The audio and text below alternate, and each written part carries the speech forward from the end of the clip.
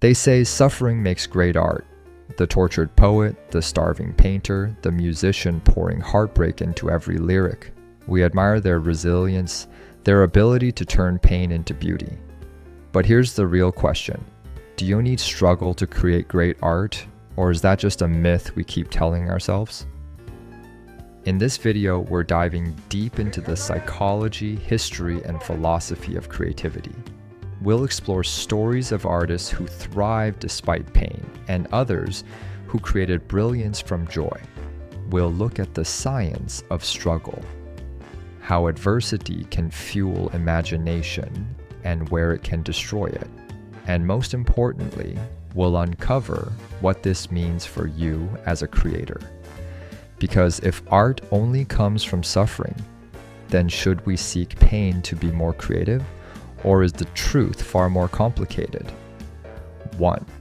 The romantic myth of the tortured artist. The idea that struggle produces great art isn't new. In fact, it's embedded in the Western imagination. Think of Vincent van Gogh painting Starry Night while struggling with mental illness. Think of Sylvia Plath, whose poetry is inseparable from her battles with depression. Think of Frida Kahlo, who turned physical pain and disability into haunting self-portraits. These stories reinforce what psychologists call the tortured artist stereotype. A 2019 study published in Frontiers in Psychology found that many people believe suffering and creativity are directly linked, that the best art emerges from inner turmoil. And it's not hard to see why. Some of history's most celebrated works come from artists facing extraordinary hardship. But here's where the myth becomes dangerous. For every Van Gogh or Plath, there are countless artists who created despite their struggles, not because of them. Consider Mozart, whose letters reveal a man full of humor and joy, composing some of the most transcendent music ever written. Or Maya Angelou, who channeled both pain and resilience into poetry that uplifted as much as it exposed. The danger of romanticizing struggle is that it makes suffering seem like a requirement for art, as if joy, peace, or play aren't valid sources of inspiration. But the truth, as research shows, is more nuanced. Struggle can be fuel, but it can also be poison. 2. The science of struggle and creativity. So what does psychology actually say about the link between adversity and creativity? First, adversity can enhance creativity. A study by Modupe Akinola and Wendy Berry Mendez, 2012, found that moderate levels of stress can actually spark creative problem solving. When people experience social rejection in experiments, they often produced more original ideas afterward, perhaps as a way of coping or expressing individuality. Similarly, research in personality and social psychology bulletins shows that individuals with diverse, even challenging life experiences often display higher creative output. Struggle forces the brain to rewire, adapt, and search for new meaning, fertile ground for art. Neuroscientists even talk about post-traumatic growth, where adversity expands perspective and inspires expression. But here's the catch. The relationship between struggle and art follows what psychologists call an inverted U-curve. Too little challenge, and we get bored. Too much, and we're overwhelmed. A little heartbreak may inspire a song, but deep chronic trauma, that can silence the voice altogether. For example, while Van Gogh produced masterpieces, his suffering also led to long stretches of silence and isolation. Sylvia Plath's depression both gave her a distinct voice and ultimately consumed her. Creativity, then, doesn't thrive in suffering itself. It thrives when suffering can be processed, transformed, and expressed. This aligns with Mihaly Csikszentmihalyi's research on flow. Flow, deep immersion in creativity, requires focus, play, and safety. Chronic struggle makes flow harder, not easier, which means it's not the pain itself that makes the art, it's the ability to work with pain to make meaning from it. 3. Historical and cultural perspectives. Different cultures have approached the link between struggle and art in unique ways. In the Romantic era of Europe, suffering was glorified. Artists like Byron, Keats, and Shelley wrote about the nobility of pain, feeding into the myth of the tragic genius. Meanwhile, in Eastern traditions such as Zen or Taoist art, creativity often flowed from serenity and harmony.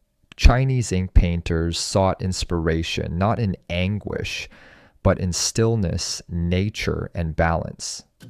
Even in the African American artistic tradition, struggle has played a double role.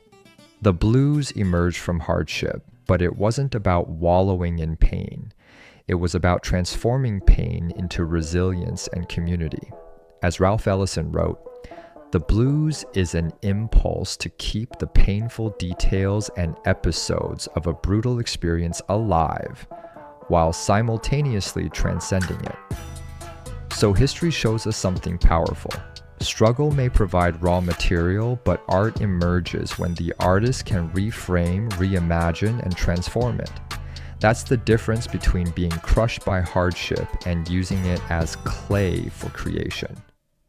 The artist's dilemma: to struggle or not. If you're a creator, this raises a pressing question. Do you need struggle to make great art? The answer, not necessarily. Yes, struggle can open doors to deep emotion and authenticity. Heartbreak, loss, or hardship can inspire us to express truths we might otherwise bury. But research shows joy, curiosity, and play can be equally powerful sources of creativity. Think of the whimsical worlds of Hayao Miyazaki, or the joyous rhythms of Stevie Wonder. Their art doesn't deny struggle. It transcends it without glorifying pain. The key is not the presence of struggle, but the presence of honesty. Art resonates when it speaks truth, whether that truth comes from sorrow or delight. The problem is not that we sometimes make art from suffering, it's that we think we must. So what can we learn from all this? Don't chase pain. Struggle will come naturally in life. You don't need to seek it. What matters is how you process it. Transform. Don't drown. Use struggle as raw material, but give it form. Journal it, paint it, shape it into narrative. That's the alchemy of art. Embrace joy too. Don't discount creativity born from play, curiosity, or peace. Joy can be just as profound as sorrow. Find balance. Moderate challenge fuels creativity. Overwhelming struggle can shut it down. Care for your mental health. Creativity is a marathon, not a martyrdom. Tell your truth. Whether it's pain, joy, or quiet reflection, authenticity is what connects art to others.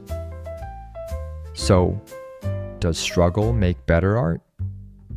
The answer is complicated. Struggle can shape art, it can deepen it, give it urgency, and infuse it with raw emotion. But struggle alone doesn't guarantee brilliance. For every artist who created through pain, there are others who created from joy, curiosity, or peace. In the end, what makes art better isn't whether it comes from struggle or serenity. It's whether it tells the truth.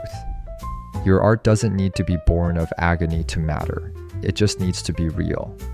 So, if you're in the middle of struggle, know that you can transform it into something meaningful. And if you're in a season of joy, know that your art is no less valid. Because ultimately, art isn't about proving your suffering. It's about sharing your humanity. Thank you